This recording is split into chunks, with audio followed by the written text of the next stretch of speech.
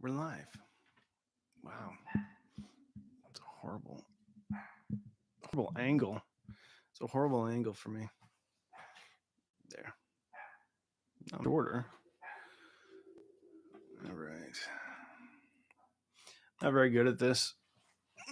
Let's go up here. All right. It's going to have to be all right. Can you all hear me? We got 3 people on here. There we go. Hey, Nick. Pantazzi. Tony, what up, T? Dogs barking. Just life. Trying to garner the European market. I don't know what that means. Literally, it's so funny. I start this and the doorbell rings. Hey, Bill Murphy. Greetings from the EU. Okay. Hello. Hello. Ray and Scorpion. Dun, dun, dun, dun, dun. Sorry, I'm answering a text. Just jumped on a live stream. Let me get to. Let me hit you up later. There you go. That sounds cool. That sounds like the cool guy stuff. Hey ho. Hey, Steve Zeidman. What are you doing here? Let me grab a cup of coffee. Yeah. I have a soda. All right. From Germany. Guten Tag. Which connection do I use to connect an SMSL Sanskrit DAC into a Weem Mini streamer? The amp is SMSL AO200 and Polk R200. You would use an optical out of the Weem Mini into the back of your Sanskrit. I'm not digging this. I don't like it. I feel like I don't like the angle. Need a different tripod. Let's see. Hey everyone, I'm stuck at work. Figured I'd say hi, but I gotta go. Try to have fun without me. All right, Brian. Well, we're gonna move forward. Soldier forward. Have you heard the Marantz PM 8006? I have not. Yeah, if y'all like the video or whatever this is, live stream, I guess it's helps YouTube. Helps me with YouTube. Do you like car audio? I do. Although my new car has nothing new in it. It's just regular stuff. I had like the whole shebang thing in my old car though, which my son now has. Hey, from Norway, LeChuck. Which connection? Okay, we already been through that. I think I know why. It's because I'm looking up at the screen. That's why. Stop reviewing good, cheap stuff. I just got my Emotiva TA1 and I'm waiting for my IEMA T9. Hey, look at that. Zero fidelity. A question of integrity. Pineapple on pizza, yay or nay? Sean, that just depends on what type of mood you're in. I have been known to enjoy some pineapple on pizza. Do I use pineapple on pizza at all times? No. But it's like having a warm speaker and an analytical speaker. Sometimes it just depends on what mood you're in. Happy Thursday, Wes Crockett. Ed! What up, Ed? Is it cold up there in Minnesota? Hey, live. Okay, let's go. Dylan Gray. You made me get a tube amp with clips, and I do not regret it. Thank you for that. You're welcome, Marius. Oh, they're flowing in now. Pineapple. Hey, Brian from Acoustics. What's happening? So you are a real audio man, then for sure. Car audio is the one. Yeah, when I was growing up, that was kind of like what we all had. We spent a lot of time in our cars, though. Dr. C in the house. Howdy ho to you, my friend. How you been, my man? A balanced, respectable take. Keep rocking. Thank you, Sean. You keep rocking. Greetings from Macon, Georgia. Great to see you, Dr. C. You should text me, man. Let's catch up. Hello from Minnesota. We got a couple people here from Minnesota. Hey, Randy, I'm drinking a cup of coffee and watching you live stream. Very cool. Amp sound is still a mystery to me. Is there even a day and night difference, or is it always just a tiny Hawaiian nuance. No, Bendy, Candy.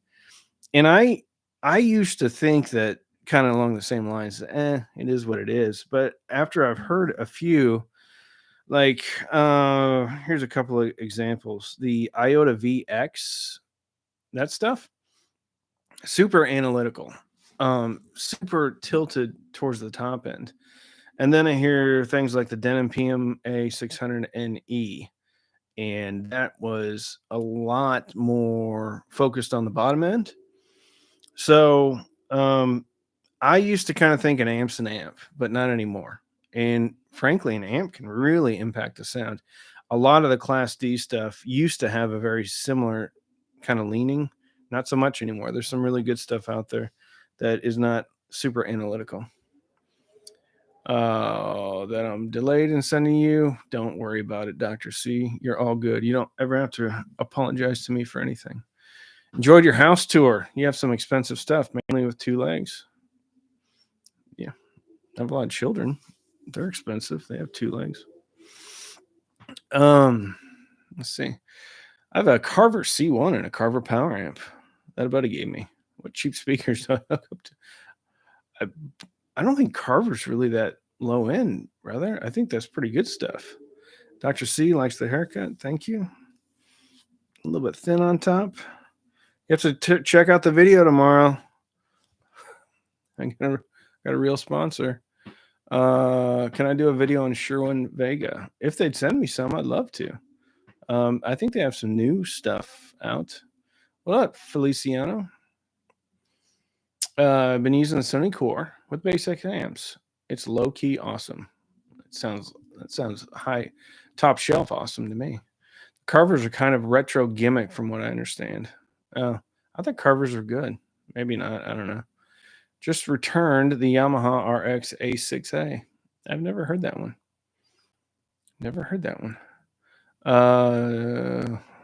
I have 3 Carver amps. Serviced, love them all. There you go. Do you know when Polk is going on sale next? I don't. It's kind of hit or miss. They usually have 1 speaker on sale at all times. So they have the XT line, the ES line, and then the Reserve or R line. And at any given point, there's always 1 on sale. But I will do my very best to make sure that I post them up when I see them. How'd you score the Mac stuff? Great question, Dr. C. The problem is I spent too much time talking to Steve Z and Digital Dan and hearing all about how awesome Mac stuff was. And then just, chit-chatting with them, and then found some stuff at, I can't remember, Vintage Audio or something like that, which they have a good reputation. And then I figured, what the heck? Really, the thing that pushed me over the edge with the Mac stuff is looking at some of the higher end Pioneer, Marantz, even Yamaha, the higher power stuff. You're getting into the $4,000 or $5,000, sometimes even more. And I'm like, Audio Classics. That's right, Steve. And at that point, I'm like, why wouldn't I just buy a Mac? If I'm going to spend $2, $3, $4,000 on a vintage, cool looking Pioneer, why not just go get a Mac? Because the irony is, I think Macs have stayed more, have had a higher value compared to Pioneer and Marantz now than anything else, which is ironic. Any experience with the Brennan B2 CD player? No, but Ed, somebody else has mentioned that a couple of times. So yeah, I know exactly what you're talking about. Dun, dun, dun. All right, I'm not going to be able to. We got a lot of comments coming in, so I'm just going to grab the ones I see.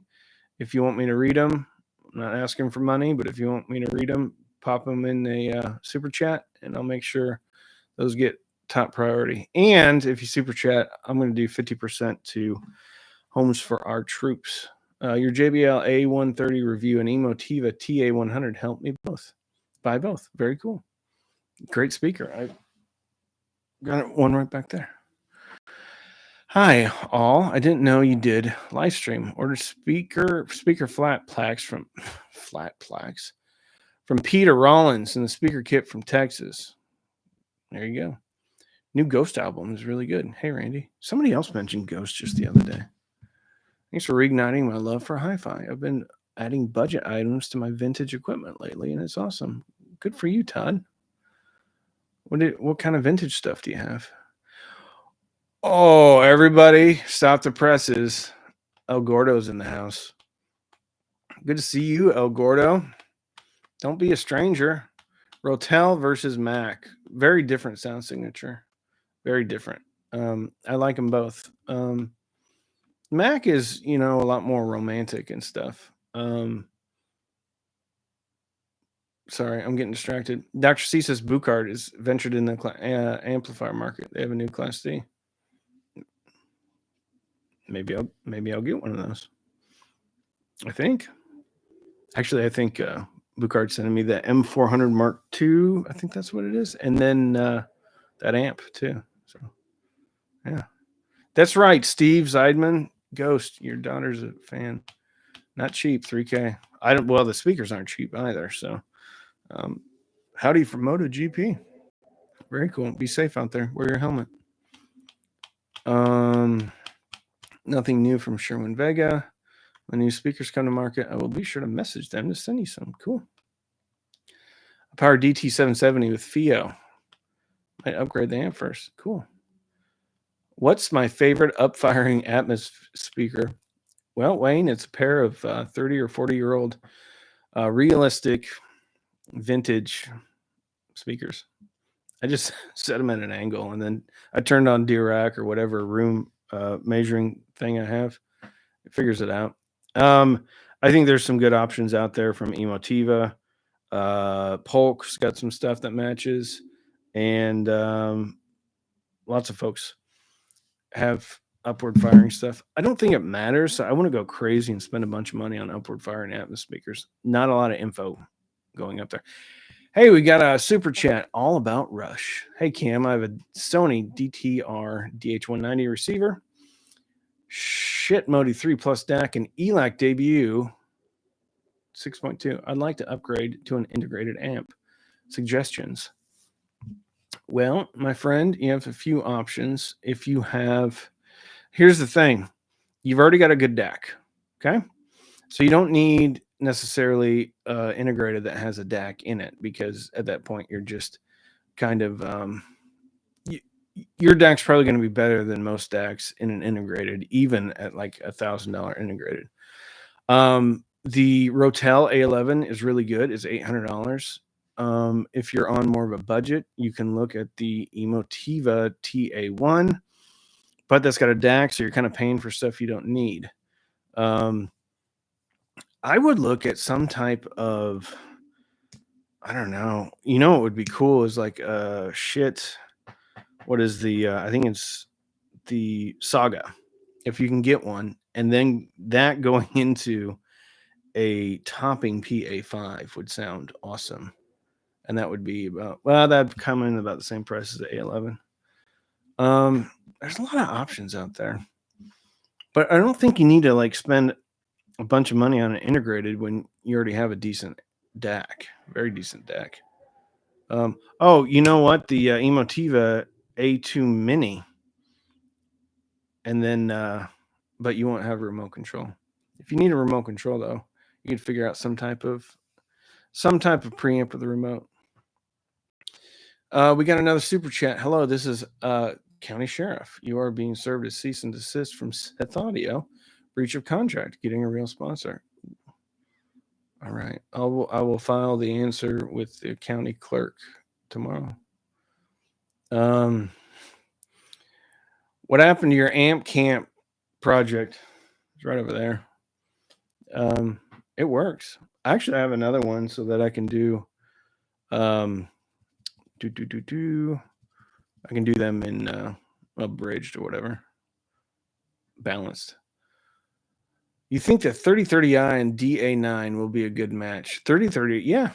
Well, the DA9 has a bunch of different EQ settings, right? So you can kind of get in there and tailor stuff to your taste. I think the DA9 is a great sounding amp. Depends, of course, what type of DAC or whatever front end you have running into it. 3030i's are bass heavy. So I would put them in a bigger room and not super, super close to the back wall. I have an Asus, something STX. My doubt is, will I notice any improvement buying a topping 30 or FX Audio? What about a Burson Playmate 2? I have no experience with the Burson. I don't know if I've heard the FX Audio DAC M1. I have heard some FX Audio. The topping E30 is very good, but it depends on. I mean, I generally would get an external DAC over like the sound card on your Asus, but I don't know. Am I talking about the right thing? Is the Asus is like a motherboard, right? I don't know. Maybe not. What DAC should I buy that would be better than the one integrated in the Blue Sound Node 2i? Lots of options. I don't think the Node 2i is like fantastic as far as the DAC goes, but probably even the ship Modi, topping E30, Geshelli Labs J2, even the SMSL SU6, SU9N, SU8S, any of those. So it depends on what your budget is. But yeah, I think any of those would probably be an upgrade. Now, to be fair, I have a Node 2i, but I never use it anymore because the Wii Mini. So I haven't tried all those combinations, but out of those DAC, those are the DACs that I've heard that I really like. Opinion on Nemi Tra. I haven't heard it. Sub recommendations. Ooh, I'm not a good sub guy. SVS or Emotiva is generally where I throw everybody. I know Rail is well respected. I don't think you can go wrong with them. I have a SVS Micro 3000 and I'm getting really excited for that because I like smaller subwoofers. Smaller. Will you review Tecton speakers? Yes, I actually have some on the way. I have no idea when they're going to be here. I ordered them about a month ago. Hey, Randy, I can't believe the deal I got on eBay. $225 offer accepted for a Yamaha RXA 1050 with non-remote or power cord, but otherwise sounds cool. Awesome. I haven't tested any Yamaha power amps. Do I still like the ELAC 2.0? Unified 2.0? Yes, absolutely. I think it's one of the best speakers out there, at least in my opinion. Hello from Greece. Got your recommendation for the AKG K361. I'm so glad I did. Paired them with the Eco Zerta. That sounds like a cool amp. I'm happy. All right, man. I'm glad for you. I don't know if you're a man or a woman. Either way, I'm happy for you, person, human. Have you ever heard Ohm speakers? I have not. Hey, JJ's DIY audio. Nice. Just grabbed my coffee. Curious on your thoughts on reviewing DIY gear that other people have built. Is that something you've been approached on? I have not. So you're talking about like someone puts together a DIY kit and then sends it to me? I haven't. No, I haven't been approached there. I like DIY stuff. It's just I haven't done much of it lately. But yeah, that sounds cool, man. What's the best TWS buds you have heard so far? True wireless. I don't know if I have them in my pocket or not. The ones that I use the most are the Soundcore. I think it is the Liberty Pro 3s, the latest Liberty Pro. Prior to that, the ones I used the most were the Liberty Pro 2s and then also Soundcore P3s. I personally like the Soundcores because they're fairly inexpensive. They have a really good app. They sound really good. They pair well. They're just easy. And with the app, you can kind of tailor the sound to what you want. I think they're a little bit hot on top and a little bit bassy, but that's why there's EQs. So those are the ones I use almost all the time. There are some from, I think, Grell from Drop that sounded really good, but their usability was tough because they're like touch controls and stuff. It didn't always work, but they sounded really good. But they're expensive too. I like the Soundcore stuff. It's good. Oh boy. A question on wiring subwoofer. I bought ELAC sub 1010 and will connect to Rotel. Should I connect both left and right from the preamp out to the sub or only the left? It depends. If those preamp outs are summed, then you can connect one. However, I would imagine on a Rotel, they are not a summed preamp out. So you're going to need both the right and the left channel into your subwoofer. Otherwise, you're only going to be getting one channel worth of information.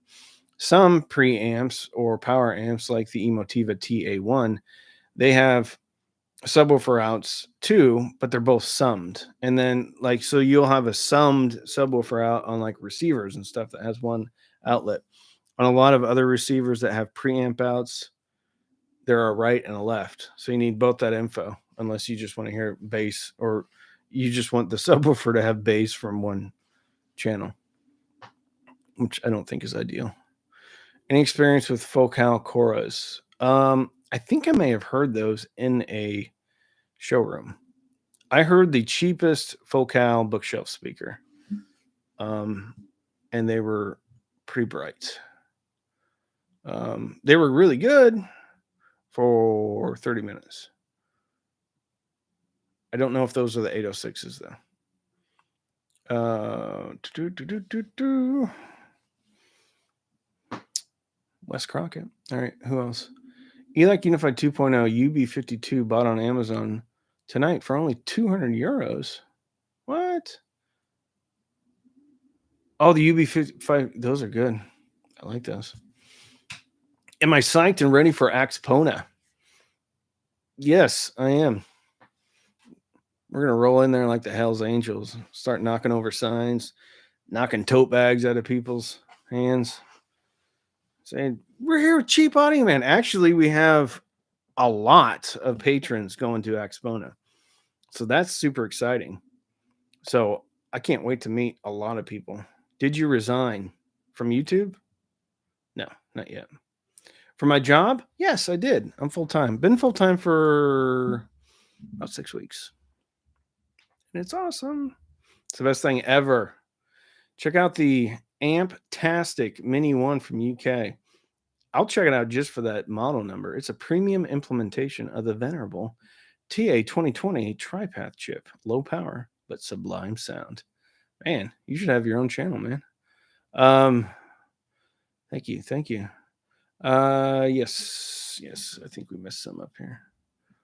Is ProLogic still a thing? Yeah, for sure. ProLogic's still good, man. I mean, Dolby Digital has pretty much replaced ProLogic because ProLogic sent the same info to both rear speakers. But I gotta tell you, ProLogic sounds pretty good too. Your Tecton Moabs rock. I did not get the Moabs. I got the cheapest. What are they called? I can't remember. Cheapest tower speaker, like the full tower. It's like their first speaker.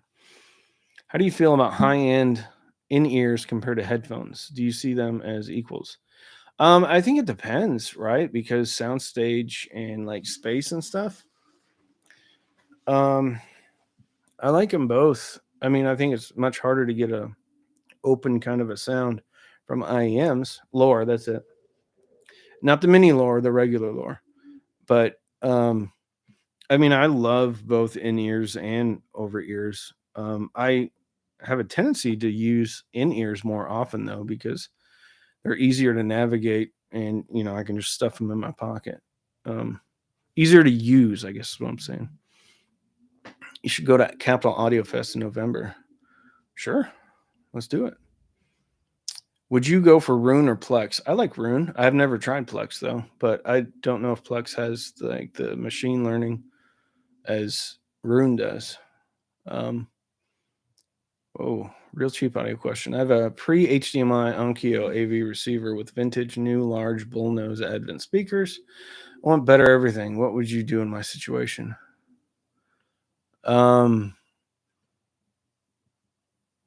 So are you asking like if you want receiver or speakers? I'll tell you what, if you got the budget, I would get one of those either the Onkyo or the Pioneer with Dirac Live. That was a real game changer for me. I never heard the Onkyo, but the Pioneer sounds pretty darn good.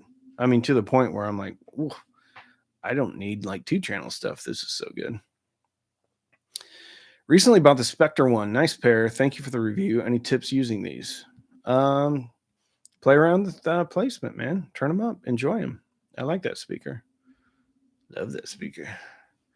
What's your thoughts on the Nakamichi One, an old receiver with some really heavy small speakers and colorful buttons? Not sure when it was made, but it says made in Japan. They have a really good reputation. I have a tape deck down there from one of my buddies sent it to me. Can we get a proper Freya S review? I actually don't have it anymore. Is the Ares 2 your favorite DAC? Yes, Ares 2 is my favorite DAC. Although I have the Pontus in the dining room. But and as far as like affordable or somewhat affordable, I know that's the Ares. I think if someone like really, really commits to saving up money, is achievable. I think. Now I haven't heard the Pontus yet. I don't even know how much the Pontus costs. I think it's maybe $1,200. Any good cheap CD player? Yeah, any old Blu-ray player or DVD player will get you started. There you go. Denafrips Ares 2 after my Blue Sound Node Black, new one, running title. Worth it? I think it is. I mean, that DAC is so much different from any other DAC I've heard. It is game changer. Hey, John, IEMA T09, Duke Audio ST01, or IEMA A07. Are you talking about the T9, John? / Duke Audio ST01. Is that this one where they're basically the same? I don't know. I mean, the T9 has way more functionality with the DAC and Bluetooth, and it's got a cool VU meter. So, personally, I'd get that. But you can juice up the A07 a bit and change out the op amps. Soundbar or cheap AV receiver with speakers. 6 months ago, that would have been an easy answer, but now not so much because I have the Klipsch Cinema 600, and it is so good for movies. I've listened to music through it, and it's okay with music. But for movies, it is so simple. I have the wireless surrounds, and frankly, I end up enjoying a lot of movies on it simply because I'm not continually fiddling with everything. So used to be an easy answer, not so much anymore. So there's some good soundbars out there. But if you're going to if you're even like 35% music or 25% music, if you want that true 2-channel experience, it's not going to come from a soundbar. Although it still sounds good, just not as good as 2 speakers. Familiar with aerial acoustics speakers? I haven't. I've never heard of them. You have me obsessed with the Polk R100 200. Would they work for left-right channels? Yeah, for sure. Yeah. Those speakers are good, man. I mean, you don't need any special amplifiers or stuff. They're Polks, right? So they're made for, most AV receivers. Yeah, for sure. I mean, the R200s are nice. They got a lot of bass. I think the R100s are a little bit more articulate, where the R200s are kind of bruisers. Any recommendations to replace an old intercom system? Buy a bunch of Amazon Alexas. You can do what's called drop-in, and then if you name them different things. So I've heard. I don't know. I'm not too up to speed on intercom systems, but with all the wireless stuff out there, I'm sure you could do something cool like that. Oh, speed dating for audiophiles. I love it. I think I missed something. Be careful with that Denafreps Pontus too. $2,000 on Amazon. Listen, anything that's from Denafreps does not sell on Amazon. I mean, it will, but someone's marking that up. It only comes from Denafrebs. Is Billy, my man? I was getting ready to reach out to you. You doing all right over there? I went to Corn, Billy. It was really good. And Chevelle, very good. Billy saw Queen perform in the UK. Back then, I think they called it England. Class A amp reviews, recommendations. The only Class A I've ever reviewed or even heard. No, I take that back. I've the Skit Azure. I heard that one. It's good. I liked it. I have the Bandcamp one too. I like that too. So those are the only two I've heard: the Azure and then the Bandcamp. What's the next step up from an A07? A08 or the A300? Although you can upgrade the A07's external power supply, which incidentally, they're sending me a 48 volt power supply to get like max power out of the A07. And then so you could get the 48 volt power supply because the A08 and the A300 have built-in power supplies, so you get what you get. But with A07, you can upgrade the power supply, and then you can change out the op amps too. So there's actually a little bit more freedom with the A07. Conversely, the A08, you can change out those op amps. I'd have to think about that. I don't know if the A300 can have switchable op amps or not. I don't know. Billy's between homes. No hi-fi at the moment. Bloods are bad and giving me a hard time. Oh, I'm sorry. Nice to see the Messman Hobbit hole in the video. Yes. I'm sorry, Billy. I hope you don't have to live in a tent. So I'm thinking about you, brother. I'm going with Polk R200 bookshelves for my 2.0 home theater. I have no way to audition to any of the speakers rather than ordering it, or should I go Klipsch route with RP600s? Any thoughts? Well, if you're in the U.S., you can buy from Crutchfield. You get 60 days to return if you'd like, and then you could if you got the money on the credit card, you can order both, and then keep the one you like and send back the one you don't like. R200 is, Klipsch is Klipsch, right? It's got that Klipsch sound, that forward nature. R200s are, to my ear, a little bit more balanced, but don't get me wrong. I have some R500Ms right down there and I love them, but just in smaller doses. I could listen to R200s all the time. Hey, Brock. I swear this dog, man. Sorry. My son's watching some movie upstairs. The dog's going crazy. Just another day in the life of the cheap audio man.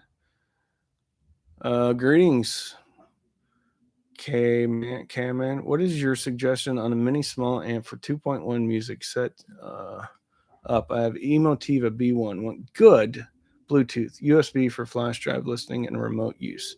Thanks. What is it? SMSL A0200.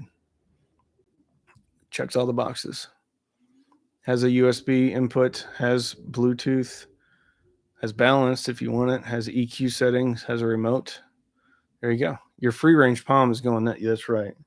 Yeah. We might have to get rid of that free range Pomeranian. Do you recommend Crutchfield over other retailers for purchasing audio equipment? If the price is the same, which it usually is, I do, because Crutchfield has a very liberal return policy. And like Crutchfield they've been in it, right? That is what they do. I used to get the Crutchfield catalogs when I was in high school. I bought all my stereo stuff, my car audio stuff for sure off of Crutchfield. But they're not, Best Buy is fine. I like Best Buy and stuff, but like Crutchfield, that company is built around audio. And that's still pretty much what they do in home theater. So I have always had great experiences with Crutchfield. They have real people that you can talk to. So yeah, big fan of Crutchfield. I think they're a great outfit. Thoughts on Harman Target? Do you like the bass, mids, and treble? I think Harman Target's good. I don't think anybody should tell anybody how headphones should sound, though. That's personal preference. Um, Harman Curve is just, kind of the average. They had a bunch of people come in and they said, this is what we like. And that, it's math and that's what they like. But not everyone's going to like the Harman Curve. There's no perfect curve. I think it's probably close to that curve, give or take a few things. But for the most part, if you want to listen to 300 hertz at 18 dB boosted, then that's your deal, man. Polk R200 or CSS Crichton 2 TDX. I haven't heard the 2 TDX. I've heard the 1 TDX, and I like them a lot. If you have the skill set and the patience and the ability to finish a speaker, as finish as I mean, make it look pretty, I think the CSS Crichton 1 TDX is a great speaker for sure. Still, there we go. Wharfdale 12.1 or Klipsch R55. Those going to be different. Those couldn't sound different. I think I've got the 12.3s coming. They're both good. They're both good in completely different ways, though. Again, Klipsch has that forward upper mid range. Can you compare the Loxg A30 to D03 and IEMA T9 after using tone controls? Anything else? Loxg A30 is more analytical, thinner through the mids and the bass. D03 is more neutral. IEMA T9 sounds similar to the D03. I think the T9 sounds better than all of them. You cannot get the Loxg A30 to sound like the D03 or the T9. It's just too thin in the mid-range, even with tone controls, because you're boosting treble and you're boosting bass. You're not boosting that mid-range. And so the differences in those amps really comes down to the mid-range. I think the D03 is balanced, fuller. I think the T9 is cleaner, balanced, and fuller. So I think T9's the winner out of that one, or at least would be my personal preference. I think the Loxg A30 is very clean, but has that thin, not metallic sound, but it's thinner through the mid-range and upper bass. What do you think of the THX Onyx? Haven't tried it. Are you ever tempted to get one of them old console stereos from the 60s with old tube amps? No, but what I have been tempted to do, and this is before I started the channel, was to take one of those old consoles and then take out all the old stuff and put in new stuff and then just keep the aesthetics the same, right?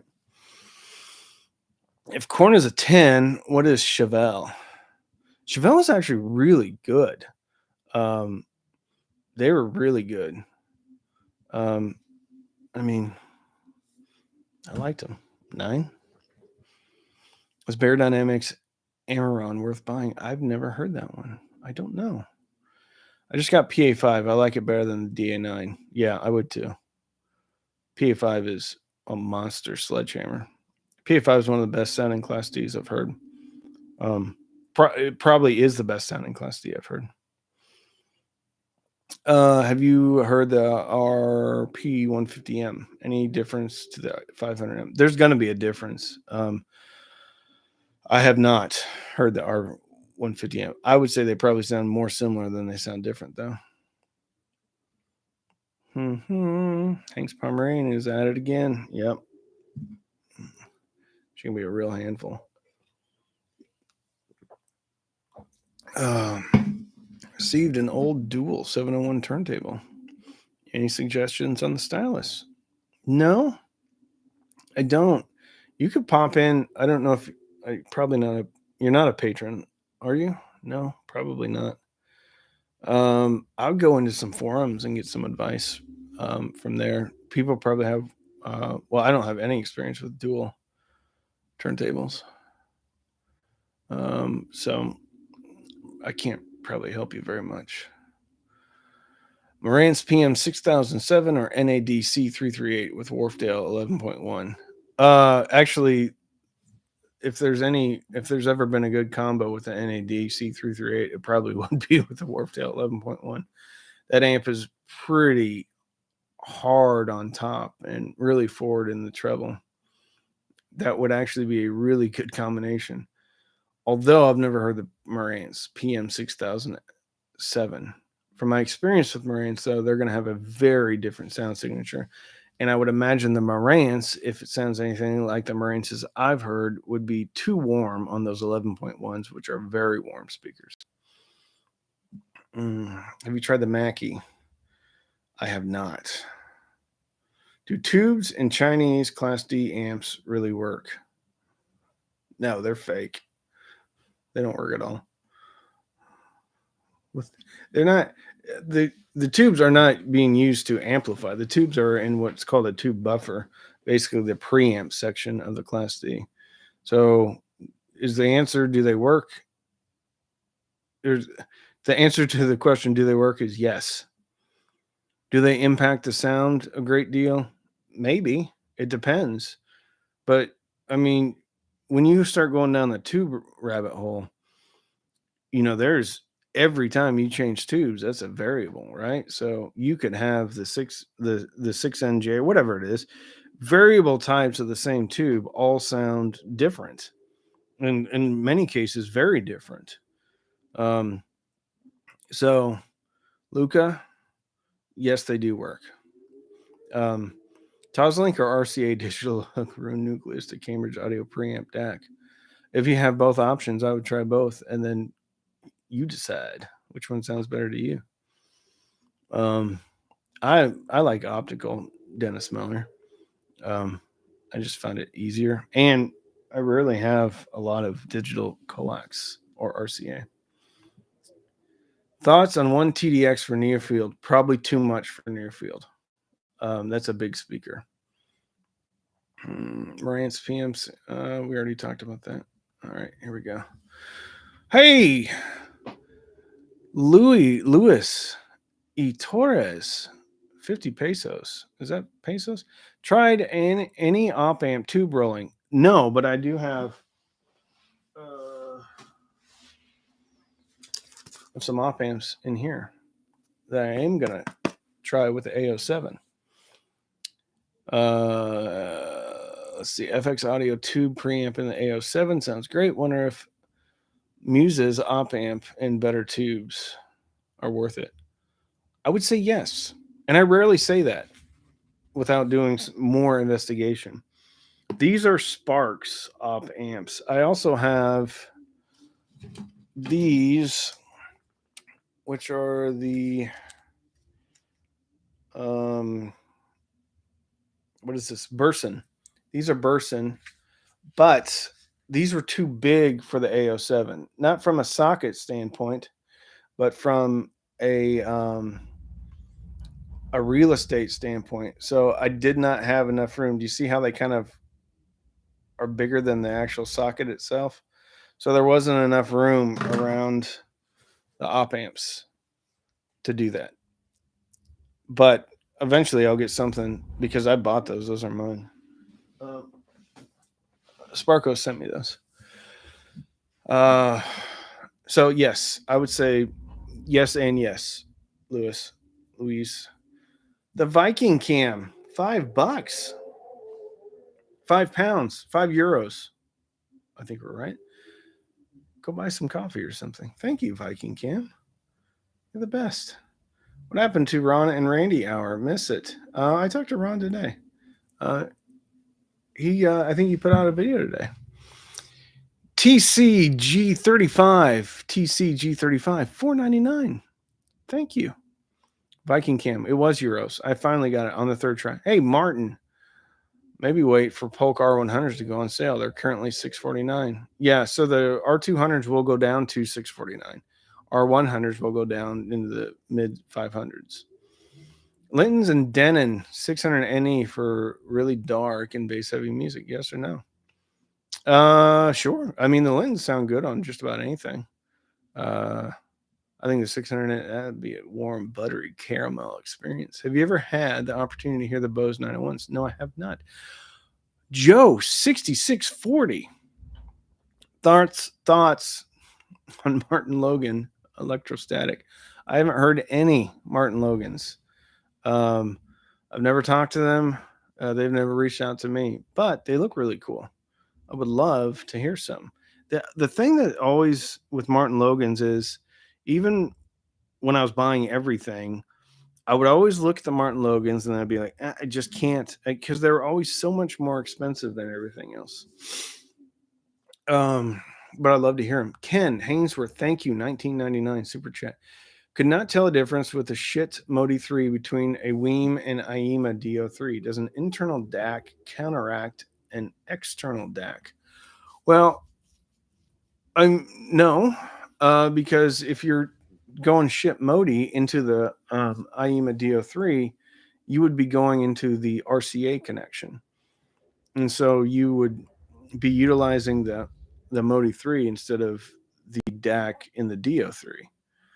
That is if you're actually optical. So you'd have to optical out of the Weem into the ship Modi and then RCA from the ship Modi into the DO3. And I would hope that you'd hear a difference with that for sure. But no, you're not going digital to digital at all. So you're actually going analog out of the Modi into the DO3, the analog. Wharfdale 12.1 versus Sony SSCS5. Which one should you try? Oh, they're big time different speaker. Wharfdales are cleaner. I think the Sonys may be a little bit more exciting. But big price difference too on those. 12.1 probably 400-ish. Sony's 150-ish.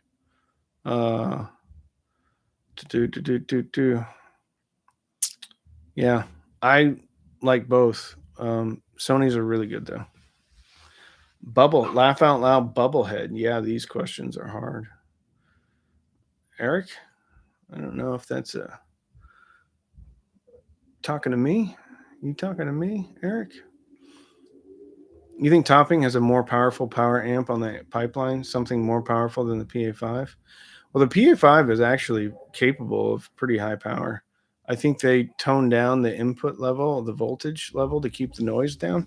So maybe. I will tell you what, though, now that Topping has gotten a hold of that 3255 chip from Texas Instruments, that's exciting because that's a good sounding amp chip, and they made it sound real good. Maggie, LRS review in the wings. Victor, there is somebody in town that I can get us a pair from. So eventually, yes.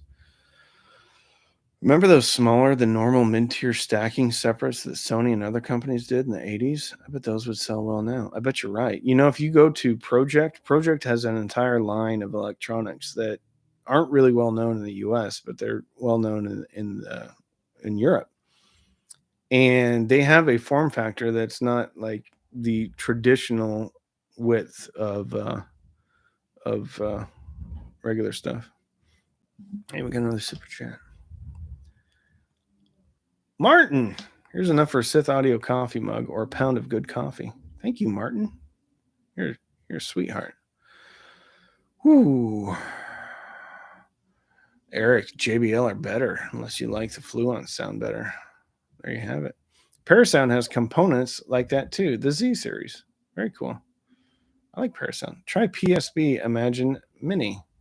They are discontinued, but still find cheap. Great speaker. You know who mentioned that just the other day was the British audiophile. Taryn was talking about the Imagine Minis. Raymond, all caps. JBL Stage A130 or Fluence Signature. Which one is better? You forgot to add 3 exclamation points at the end of that. I like the Stage A130s. Is that definitive enough for you, Raymond? All caps. Should I yell it? I like the Stage A130s better.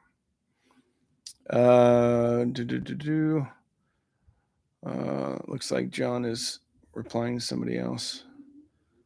About the Edition XS. I can tell you the Edition XS are great. Speaker recommendation: $300 to $600 range for classical music. Ooh. I think you should strongly consider the Q Acoustics 3020i. I think you should consider the ELAC B 6.2. Let's see. Is he? Yeah, that's all I have right now, right? Rockville bookshelf speakers, Kevlar woofer, Superdome tweeter, best deal on Amazon. Sounds great. I've seen some Rockville speakers that look like I don't know, what is it? Look like a Radio Shack got hammered and then threw up. And what they threw up on in front of the Radio Shack on the sidewalk is what some of those Rockville speakers look like. It looks like there's every component ever known in the audio world was shoved into one enclosure. Out of pure curiosity, I've wanted to buy these giant Rockville towers that have 9 drivers in them, have some sort of Bluetooth connectivity, and it looks like the control panel from Darth Vader's bathroom. I want to know what those sound like. There we go. Rockville. Sorry, I made myself laugh. What do I like about the Mac stuff? Man, it's got awesome bass and very creamy, buttery mid-range and effortless bass. It looks cool. Huge soundstage. So that's what I like about it. No, I hit the thing. I didn't fart. Dr. C, I don't know if I'll do a review. Probably not. That's kind of for me. I'll like mention it. I'll show it, but I don't know if I'll ever do an actual review of it, because I mean, most people won't be able to get that. Holy cow, Mike Balhorn, just $20. I like your avatar too. Feliciano. I love my ELAC UB 52s and dual sub setup. Are the Wharfdale Linton an upgrade, or what differences can be expected? Different speaker, Feliciano. I like tight mid bass punch and wide soundstage. Now you will probably get. I don't know if you're going to get a wider soundstage than the Unifies. You're going to get a deeper one though, and you're going to get a bit of a different presentation because those drivers are so far apart with the concentric and the three-way of the ELACs. It's going to be a different presentation. Sound-wise, I think the Lintons are going to be a little bit more tame compared to the ELACs, if that makes sense. Best speakers under 3K. That's tough, Joe. It's so personal to people, right? Certain people are going to really, really like a certain speaker. I haven't gotten the Buchards in, but from all reports, those Bucard S400 Mark IIs are pretty top notch. I haven't heard of them yet, though. So what the hell do I know? I like the SVS Ultras, $1,200. Let's see what other expensive speakers have I had in that I just loved. Wharfdale Evo 4.2s are really good, but you have to get the placement just right. Yeah. The Sony sub makes the sound of the SSCS5 sound worse. Well, maybe check your crossover points. What are your top amps that deliver that full force thump and fleshy sound? Topping PA5, IEMA A300, IEMA DO3, Marantz PMA 600 NE or 800 NE, I would assume. Pioneer VSX LX305. Emotiva XPA Gen 3, Emotiva A2. Yeah, those are probably just off the top of my head. Okay, Jeffrey Lewis, thank you, $9.99. Worth going Lockstreet A30 over SMSL 8018 for ELAC 6.2s for desktop setup. Happy enough with the 8018. But what's life without fixation on the next upgrade? I don't think you're going to hear a huge difference between the SMSL 8018 and the Lockstreet A30. Although Dr. C is in the house and he had both of those and I think knows both of them probably better than I've heard both of them, yes, but I think Dr. C lived with them a lot longer. I would throw the DO3 in the mix because that's going to be a little bit different sound or a more different sound than the Lockstreet A30. Or if you have some money, I would look at the topping E50 with the topping PA5. Now you're talking. Numi BS5 or Mookie two-way you reviewed for a soundbar killer. Ooh. If you want treble clarity and a little bit of excitement on top, the Mookies. If you want a very nice neutral sound, then the Numis. If you have to have them right against the wall, Numis. Pete Talbot, $5. I have a vintage Yamaha CA810. Do I upgrade my SSCS5s to the RP600Ms? I don't know. Vintage CA810. I have the CR800. What I'm thinking right now, sorry, is, hey, I want to buy your CA810 from you. I don't know, man. It depends on if you like the sound. RP600s are good, man. And with that loudness button on the Yamahas, you can probably get those to sing really good, man. Modi E3 review, probably when they're back in stock. What's your opinion on Hypex or Purify Class D amps? I wasn't impressed with either. I'm more impressed with the Texas Instruments chips, 3255. There's a couple other ones. Those are the ones that have really impressed me. I like the Infineon 12070 DA9 SMSL AO200, but both the Purify and the Hypex that I've heard, they didn't blow me away at all. Is a cheap DVD player okay as a CD transport? Yes. You will probably Ice Power. Wasn't impressed with Ice Power either. You will get some better sound, marginally better, but unless you want to like drop $600 on a CD transport, DVD is going to be just fine. All right, Dr. C weighed in on this. Where did he go? Yes, the two sound different, Lox-G versus IEMA. The A30 has a more detailed sound, and the IEMA has a smoother sound with more body in the mid-range. I agree with that 100%. Dr. C, do you think the A30 and the 8018, I think those probably sound pretty similar, right? You're going to get more of a difference with the DO3. What say you? Best amp for reserve. Like the Polks, they play well with a lot of stuff. Man, you guys are rolling them in. I got to take a break. I got to take a drink.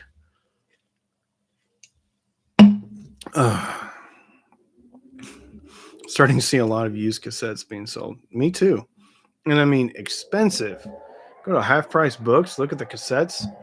Like $30 to $50.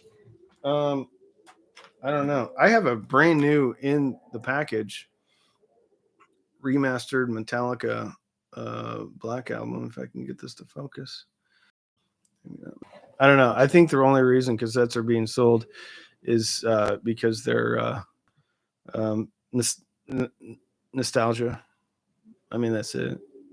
I had it a lot. Ryan W., $5. Ryan William, or just a different Ryan R.W. 8 tracks too, baby. There you go. Clunk, man. My parents had one of those, and when you engage that thing, it sounded like a piece of metal was falling off the top shelf. I like the shit Phono stage with my RT85. I've heard good things about the i5 Phono as well. Yes, I don't think you're going to hear that big of a difference though from the shit to the Hifi. I had them both. I mean, the Hifi, I think, is maybe a titch cleaner, but that's it. Patrick Walker, 1234. I am listening to you on ELAC debut reference speakers. I bought per your review and love them. Thank you so much. I'm adding some inflection. Are these speakers the speakers you can think of that respond well to tubes? Yeah, for sure. Most high efficiency speakers you're going to impact with tubes. Whether or not you like the sound is ultimately up to you. But yeah, for sure. If you're going to do tubes, though, you want something that's, if it's a true tube amp, you want something that's pretty efficient, probably 90 dB or higher. But yeah, for sure, tubes are going to affect the speaker sound a lot. Oh, Q Acoustics 3010i or JBL Stage A130. JBL. Q's, that 3010 is it's a good speaker. It's just smaller. Stage A130s are going to play bigger, soundstage better, have better dynamics too. Those Q Acoustics, a little bit less dynamic. They're very good. They're less dynamic than the JBL Stage A130. Sony DH190 still good in 2022. Sure. Ryan W. Different Ryan. W stands for wanting to say thanks. Well, thank you, Ryan. You're very nice, man. Yeah, so the Sony, I think, still good. I think for the same amount of money, you can get some pretty good sounding Class D. That Sony is warm, not very detailed, has great sounding Bluetooth though. So, but that's a $100 receiver, so don't buy it unless it's around $100.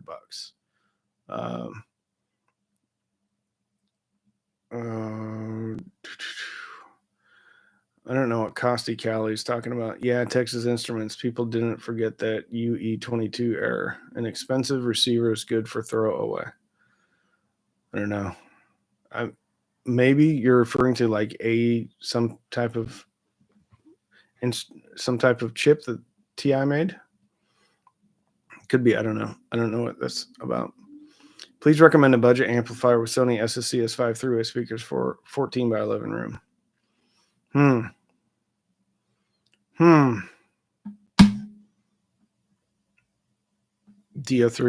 IEMA. I'm going to sound like a broken record. AO7 by IEMA, but you're going to need a DAC for that, or some type of source.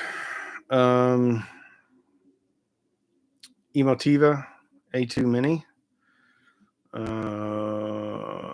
Emotiva TA1. Depends if you want an integrated DO3, I mean T9, but you can't get those anymore. Here's a good question. Phono stage or old school amp with Phono? Great question. Oftentimes, if it's an old school amplifier, the Phono stage inside it is going to be of an all discrete design. So in many cases, the Phono stage in an old vintage receiver will be better than a new Phono stage if that receiver is in good working order and doesn't have a whole bunch of noise going on with the power supply or something else like that.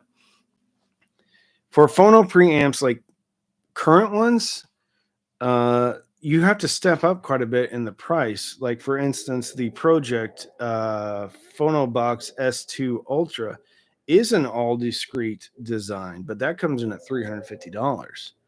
So if you have a very good working vintage piece that was probably not like the bottom end when it was sold, chances are that Phono stage is going to probably be pretty good, but you won't know because it's integrated in an amplifier. So what you would really need to do to test it is to get an external Phono preamp and then run that into another analog input, and then A/B the internal Phono amplifier versus the external, if that makes sense. And that would be also very difficult because oftentimes Phono preamplifiers have different level or different gains depending upon the setting. Long-winded answer for that one. But it's a really good question. Ruben, really enjoy your reviews. In your opinion, can a Class D amp compare to A, B in sound quality? Yes, and they're getting better and better. I think all the stuff using the Texas Instruments is rivaling A/B sound now, for sure. You know, there's an interesting thing about Class D. So, Marantz came out with a Model 30 a couple years ago, right? And they use Class D. Marantz just came out with a new version of that. Guess what? No Class D. However, I think topping, I think IEMA, I think topping is really going to be with the PA5. I think they can really push into basically having no discernible different sound differences. They're doing a really good job with that TI chip. Tech reviewer called the Rysong A10 junk. Do you think his reviewer was a bit too harsh? I don't know. I had my heart set on it, but now I'm not sure. How does one ignore comments and just buy it? It depends. I mean, who the reviewer is, where they're coming from. If they're used to $5,000 tube amps, then probably in their opinion, the A10 is junk. It just depends. I mean, I liked it, but I don't know tube amps all that well. So you got to understand where they're coming from, what their frame of reference is. I don't know. I think there's plenty enough A10 reviews. I mean, I think I don't know if the British Audiophile did one or not. I think Sean Zero Fidelity did one. Those guys know what they're talking about. But as reviewers, everyone's going to have a little bit of a different opinion. But when I hear people say this is junk or this is terrible or this sucks, that concerns me. I would rather understand why it's terrible, why it sucks. Is it this? What could have been done better? I think hypercritical criticisms of products without an explanation as to why they have that opinion is fundamentally worthless, right?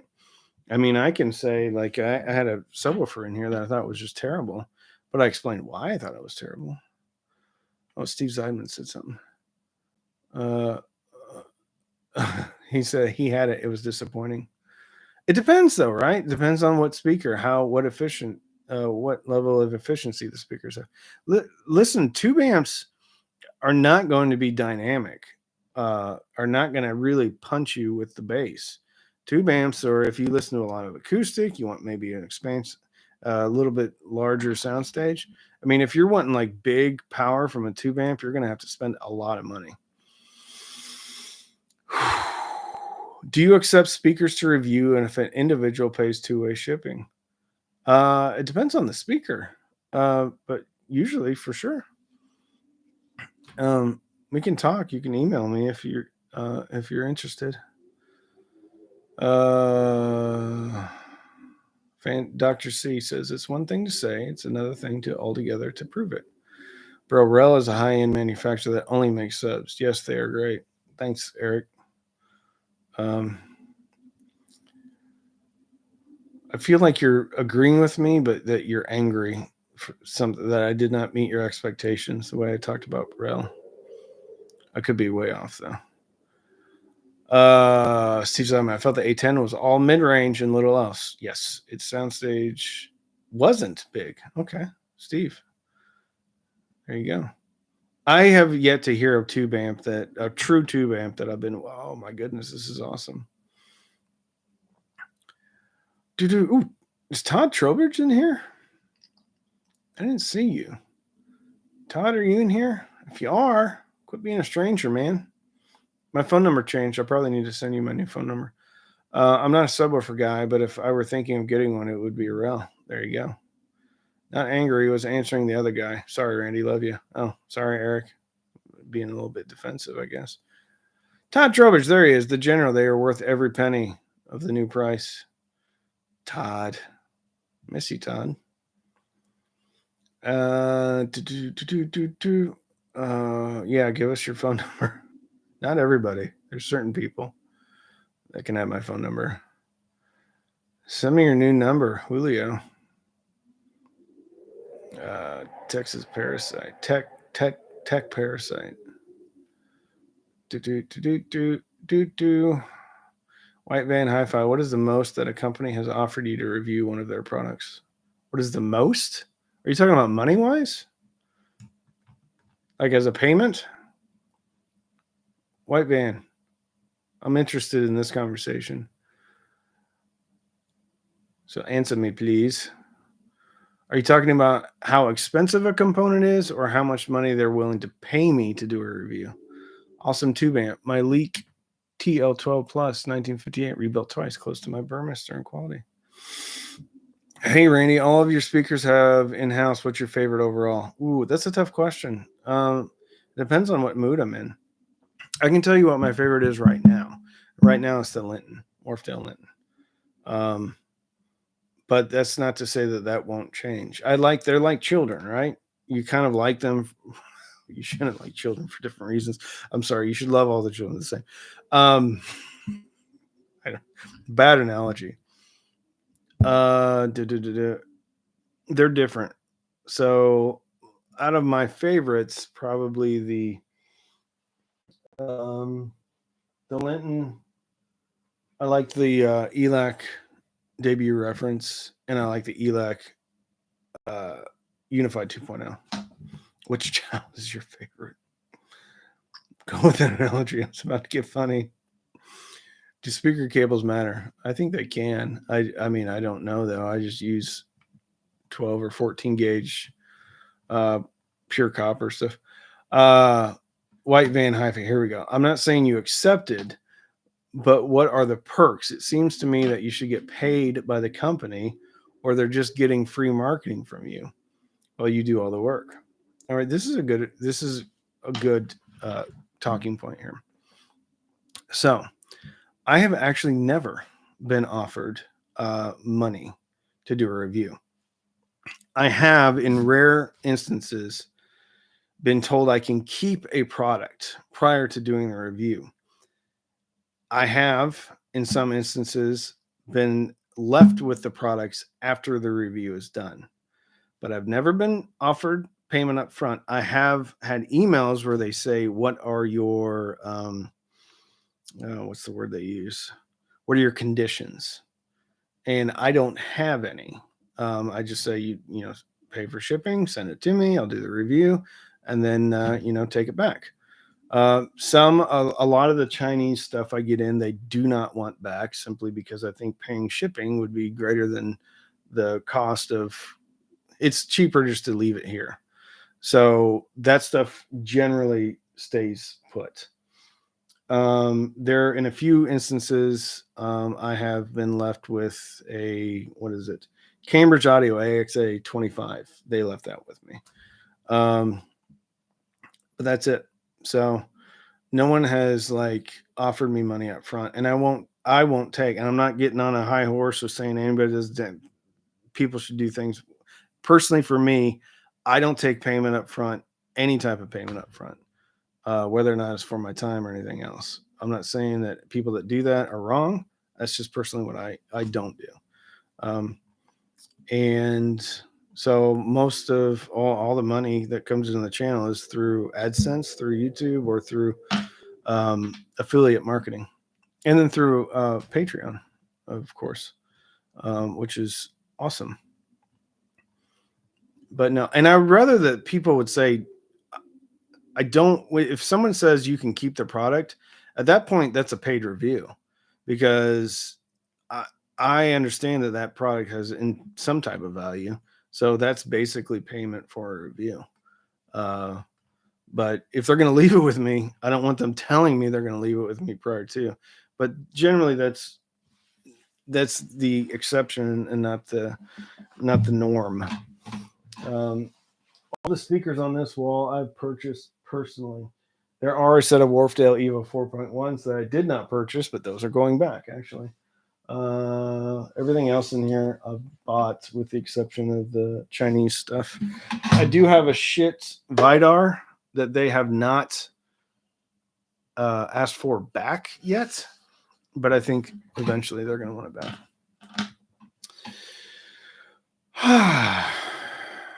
Let's see. I believe the last email I sent your channel listed email was sent via Outlook. Maybe it went to your junk. It looks like. I believe the last email I sent your channel listed email was sent via my email's cheapaudioman at gmail.com. So send me another email, and then just in the God, my brain's dead today. And not the comment section, the email header, whatever the hell that's called. I'm sorry, I've been shooting and editing all day. Just put, hey, I want you to review this or something. Someone said something about me being authentic. Now, I'm not saying, I do not want to give the impression here that people that take money and then make a review are wrong. That is a choice that I don't do that. And I still think people can be unbiased and still take payment up front. That's fine. I just don't do it. That's not the way I do it. But they can do whatever they want. Do you have any experience with DSP outside of like home theater receivers that have it baked in? No, but I've been very curious about mini DSP, and now that I've played around with Dirac a little bit, I'm very interested in DSP. North, kick butt channel, bro. You kick butt. Smash that like button. Metalhead. Ooh, Metalhead. I like metal. Went to a Korn concert. The irony is I just bought Korn tickets again because they're coming back with Evanescence in September. And I wanted to buy Rob Zombie tickets because it's Rob Zombie, Mudvayne, who just got back together, Powerman 5000, and Static X. And I should have jumped on it right away, but tickets went up. And I like to be in general admission with the rest of the maniacs. Check out the Dayton Audio amp boards with built-in DSP. Actually, Dayton Audio and I talked about a subwoofer. It was a 2.1 amp board that could run a sub and two speakers that has some DSP in it. Mudvayne is the best of the ones you named. I like Rob Zombie. I like Mudvayne too. Man, 2005, I about wore out that Mudvayne CD. I have a quick question. I've ordered the KEF Q150 and the NAD 3020 version 2. Would you recommend? Do you have a recommendation on which amp will go best with these speakers for deep bass at low volume? If that NAD is the Class AB version, I think you're fine. You might have to use some tone controls at lower volume if you want like thumpy bass. Fat Fitness Nerd, $10. Thank you, Fat Fitness Nerd. Oh, Billy Winsock. Sideways question. Favorite film soundtrack? Are we talking like score or are we talking like songs? If we're talking like songs, I tell you Grosse Pointe Blank is a pretty solid soundtrack.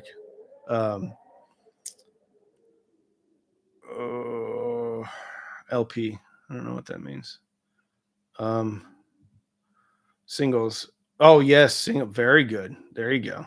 Singles is a great soundtrack. I like Singles. I like Grosse Pointe Blank. I like the Forrest Gump soundtrack. I'm sorry. There's a lot of good songs on the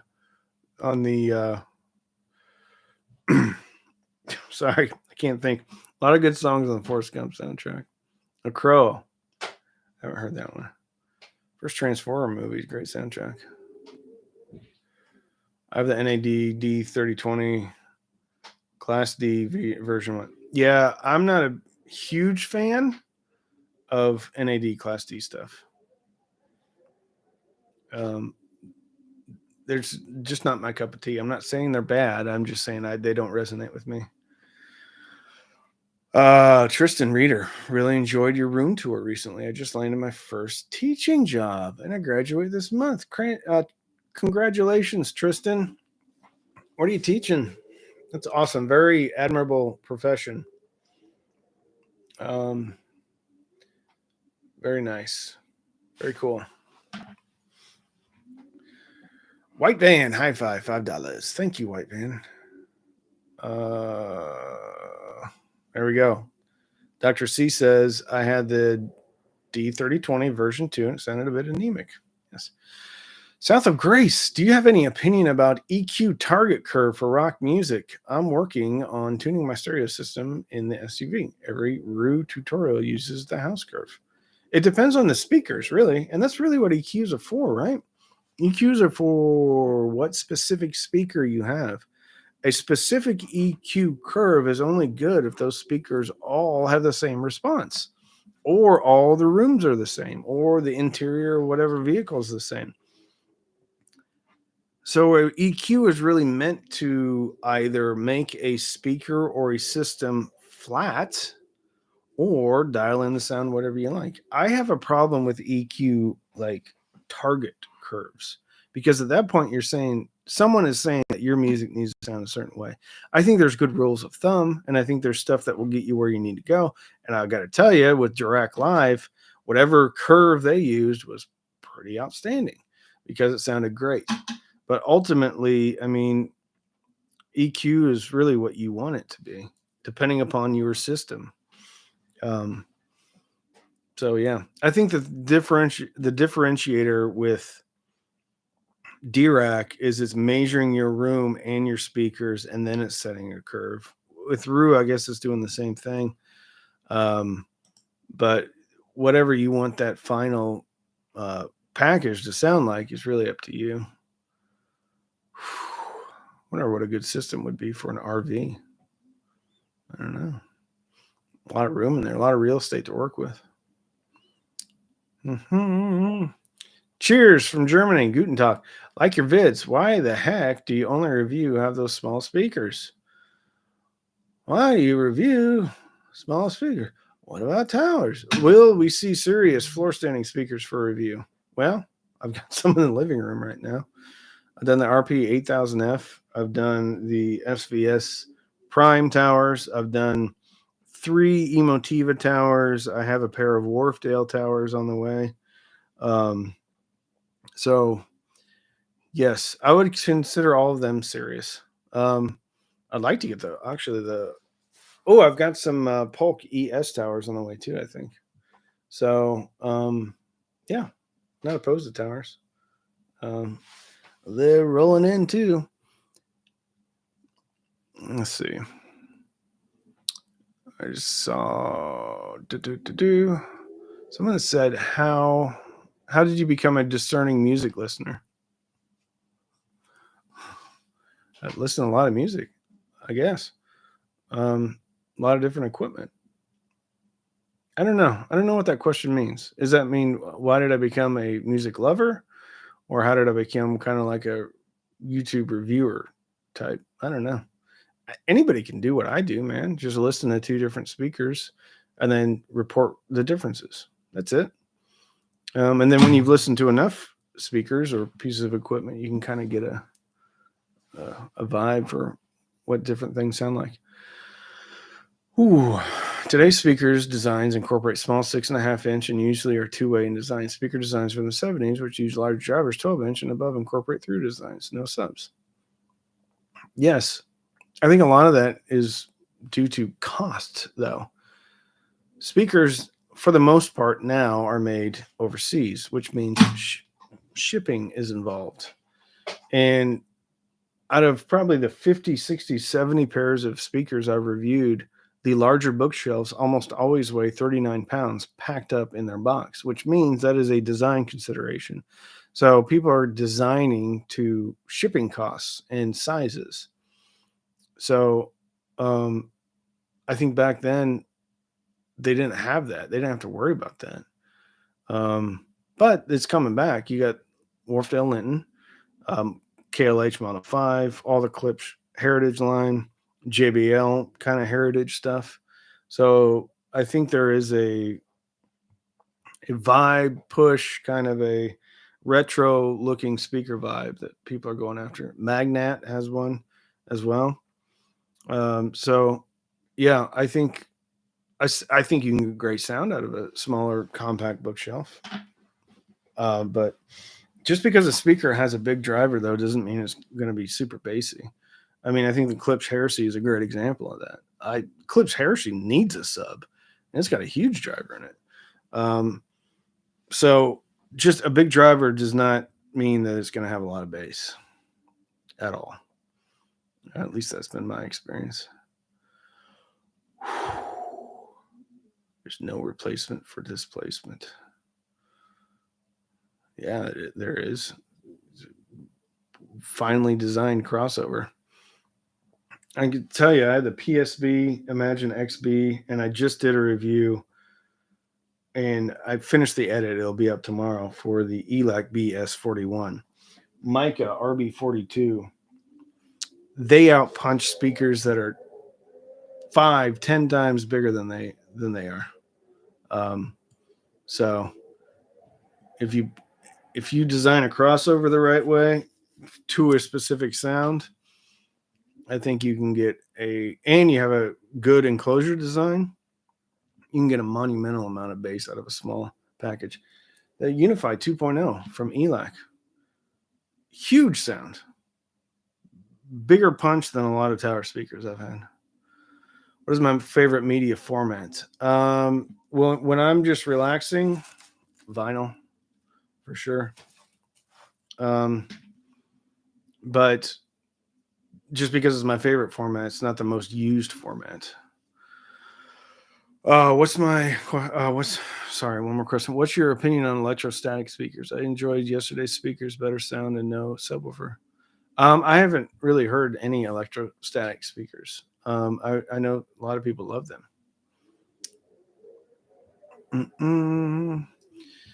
My 15-inch open baffle single driver something audio sound great, but they do not have much low-end grunt. Meanwhile, the tiny driver and the stylus stays flat down to about 35 hertz. That's right. You can get a transmission line speaker with a 6-inch woofer that extends flat down to 33, something like that. The bass extension is really more about the enclosure design and the crossover design. And I mean, obviously there's some mechanical characteristics or the Theo Small characteristics of a driver that come into play with excursion and things like that. But bigger is not always better, or bigger is not always more bass at all.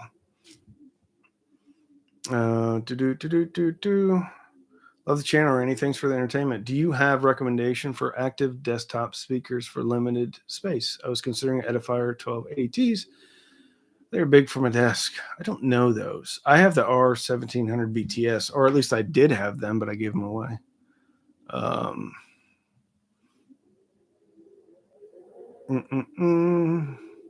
Oh, we got some debate going on about small bass drivers. I'll be using a topping DAC and an amp. Okay.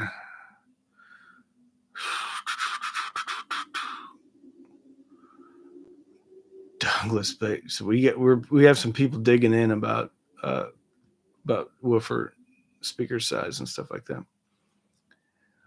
I think we can all be right. We can all get along. Not one of us has to be right. Small speakers can sound great. Big speakers can sound great. One TDX upgraded is insanely good, but painting veneering is a pain in the donkey. I wish I could veneer them like my WD225s. I couldn't agree with you more, Chris. I finally got good at veneering a speaker on about the 12th pair of speakers that I veneered. And at that point, I decided I did not want to veneer speakers anymore. So, and the thing that really kind of makes a good speaker finish is you get the veneer on there and then you put like 10 coats of polyurethane and then it seals over the edges. And then you don't have to worry about the veneer pulling up. But it is a pain in the donkey, as Chris Veltman says. Email sent. I enjoy your videos. Definitely agree. Hi-Fi shouldn't cost more than a used car. Hospital bill. There you go. That deal you had for Patreons, we pay you, was the deal of the century. I don't know what that means. I was going to ask about that too, Randy. How is your Discord? I haven't been on there for a while. I need to get back on there. I'm not very good at Discord. Really enjoy we got a lot of smiley faces. Really enjoy the Emo TV BN Plus, recommended by you, smiley face. And tomorrow I'm getting my Hifi Edition XS, smiley face. Can't wait to compare them back to back with my 660s. Very cool. Veneering the one TDX for $300, deal of the century. Oh, yeah. Well, you know what, Chris? A lot of those weren't done very well. The last pair that I did were the best pair, and that was like when I was done. I was out. I was like, no more. No more. Oh, we got some more talk about driver size. All right. I may be calling this one. Any final questions? Any quick questions? Maybe 10 more minutes. 10 more minutes. And then I got to do a thumbnail and a title. Have I tried any Buchard speakers? No, but if today's email is any indication, I should be getting the S400 Mark II to review, not to keep. Greetings from Mexico. Just bought the ELAC. Oh, sorry. Just bought the Clips RP600. Even you go often Los the ELAC. Love your recommendations. Cool. Do you like sealed speakers? As a rule, no, I don't. And it goes back to bass, right? I haven't heard a sealed speaker that I'm like, ooh, yeah, this gives me everything I want.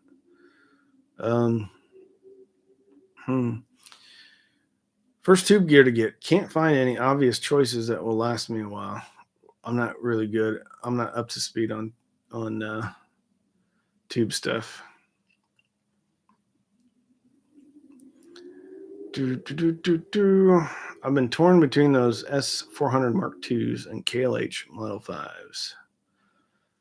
I haven't heard either, but I want to hear both.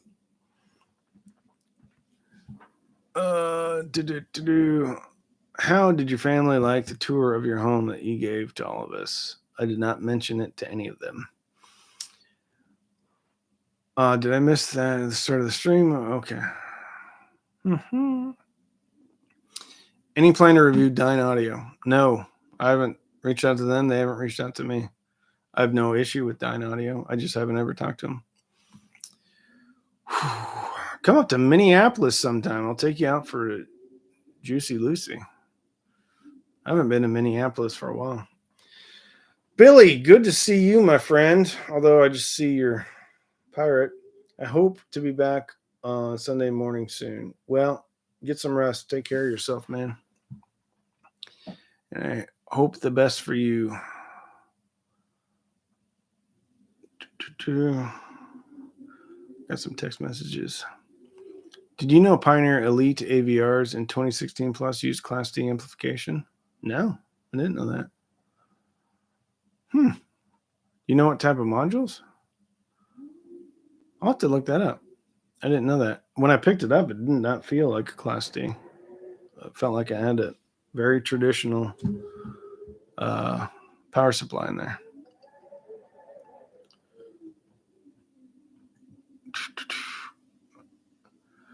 Any review of, energy kind of show? No, not yet.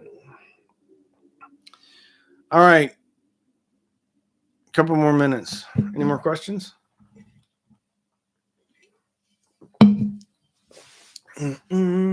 What's my favorite holiday? I like Thanksgiving. I love the food. Christmas I used to like, but now it's a lot of work for the kids and everything. I like Thanksgiving. I enjoy Thanksgiving the most. I'll put you that. The holiday that I enjoy the most was Thanksgiving. How much of the Pioneer's amazing sound was due to Dirac? I don't know. That's the thing about Dirac, man. It's like the Matrix. Does it matter? Let's say all of it's due to the Dirac. Although I did run it, I didn't even have Dirac going. I still thought it sounded pretty good. What were those the Soundcore Liberty 3 Pros or the Liberty 2 Pros? Yeah. I'm such a down-to-earth guy. Thank you, Barry Pamplin. Gravy is life.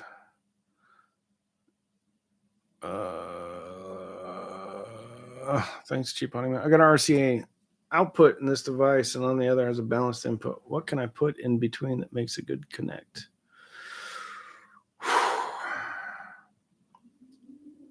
You, well, you can if you're going RCA out into a balanced in, you can get different cables. But if you're going balanced out into something that has only an RCA in, that's not a good way to go. You'll just have to get an RCA to XLR connection or RCA to XLR cable. That makes sense. There you go. All right. I think we're going to call it more live streams during work hours. You bet, Ed. You bet. All right, everybody. Appreciate you attending. Thank you for all the super chats. Hope you have a good come on, Dr. C. A little something for the beverage fund and a little something for Homes for Our Troops. You are the best, Dr. C. You're truly awesome. Have I heard Rotel RBS 300 speakers? I have not. Roxel or Rotel? Cheers. It's very muscular of you, man. Awesome donation. Love you, brother. Love you, Dr. C. Thanks, Ronnie. Congrats on going full time with the channel. Thank you, Eric. Thank you so much. All right, we're going to call it. Have a good day, everybody. Good day, good day, good day.